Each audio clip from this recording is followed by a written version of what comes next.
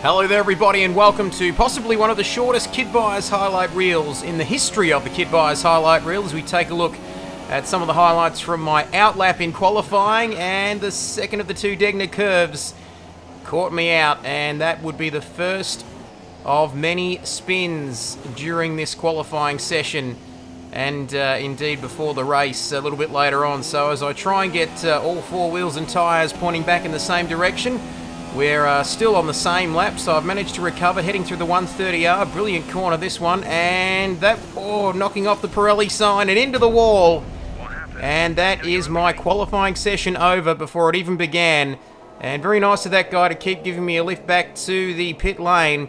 Visor down, cameras in my face. It's something I've had to get used to in qualifying sessions of recent times. As we take a look at some onboard footage. Take a look at some footage from Murph, who's filling in as my teammate for this Japanese Grand Prix in the absence of Alex. And he did a pretty good job in qualifying. But speaking of doing a good job in qualifying, it's time to ride on board with someone who has far more talent than me and managed to hook together a fantastic lap during his last qualifying run. I speak, of course, of Dregler as he comes through the 130R. He needs to beat Jacko's time of a 128.9 as he comes through the chicane, last couple of corners. Can he manage to go better and take pole position here? He comes across the line, and it is a 128.808, 4/10 quicker than his previous quickest lap, and that was good enough for him to knock off Jacko and take pole position for this PRL Japanese Grand Prix, 128.8. And compared with Jacko, 128.9, the only two to crack into the 128.8s that session. Cart Dude in third, Murph in fourth, my teammate. Best qualifying performance by McLaren, if I'm not mistaken, and he's not even a McLaren driver. Anyway, Bozza in fifth, Danny in sixth, Wayno seventh, Heisenberg, Nemo, Roman Grosjean, Maz and Kidbyers not setting a time as we head to the starting grid. No mucking around this week, so starting in P11 on the super soft tyres. Lights out, and we are racing. Can I get the jump on Maz? Very brave of me to go down the outside of Nemo into turn one. Hold your breath as we come through this opening corner. Not much action up ahead. Everyone managing to keep it clean. Heisenberg in the Ferrari slightly off. Oh, someone's gone off on the left. I think that might have been Wayno as I slot into P8. So I managed to pass Nemo on the opening corner, which was terrific stuff. No contact there, but here's up my ginger as we head through lap one. Can I pass Heisenberg as well? So from P11 to P8, super soft tyres, looking to one stop from the super softs onto the softs if possible. And if I don't crash, but Heisenberg slightly off onto the grass coming under the bridge. I've got more grip than he does. I try and hang it around the outside. I stick with it. I look to give him space, but I am through. Fuel mix up into Rich. So far I've made up 4 places on this opening lap of the PRL Japanese Grand Prix. And it is Danny in the Sauber who's a little bit further ahead than me and had a little bit more pace than I did.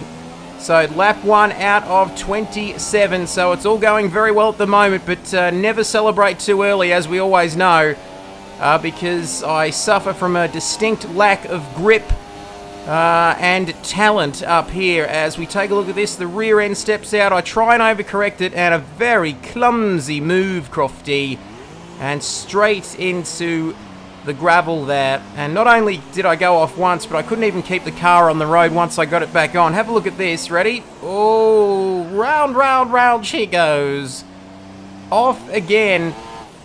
And those Pirelli signs are an endangered species. So back down to P11, even behind Wayno, I think, who at Wayno and Nemo. And I'm still struggling to keep the car on the road. So lap 2 then. And all of that hard work at the start was undone. And it'll be even more undone now. Have a look at this, wheel to wheel with Nemo. Never a good idea, but we both stay with it, and I am off the track again. So the second time the 130R, the famous 130R, has caught me out this race. Have a look at this. Look how close those wheels are with the Force India heading into that corner, and just no grip for me whatsoever. Lucky not to take out Nemo there, as you saw, and heading straight to the scene of the accident. Bang! And that was it again, and I think I'll be getting another ride back to the paddock on that famous scooter there with one of the marshals. He's going to have to start charging me, that chap, after all the accidents I've been involved in so far this season. But that was my race done and dusted.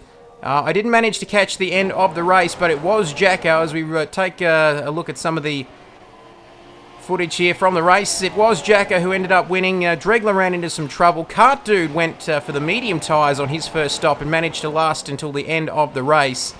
And Maznat, I think it was as well, who had a good battle with Danny. Mighty Murph ran into trouble also, but he finished third, I think, in the end. So Jacko took another win, gaining plenty of points on Dregler in the championship from Cart Dude and Maz. That is just about it. Apologies for missing the end of the race and the podium sequence.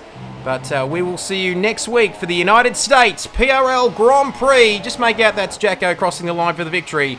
See you next time.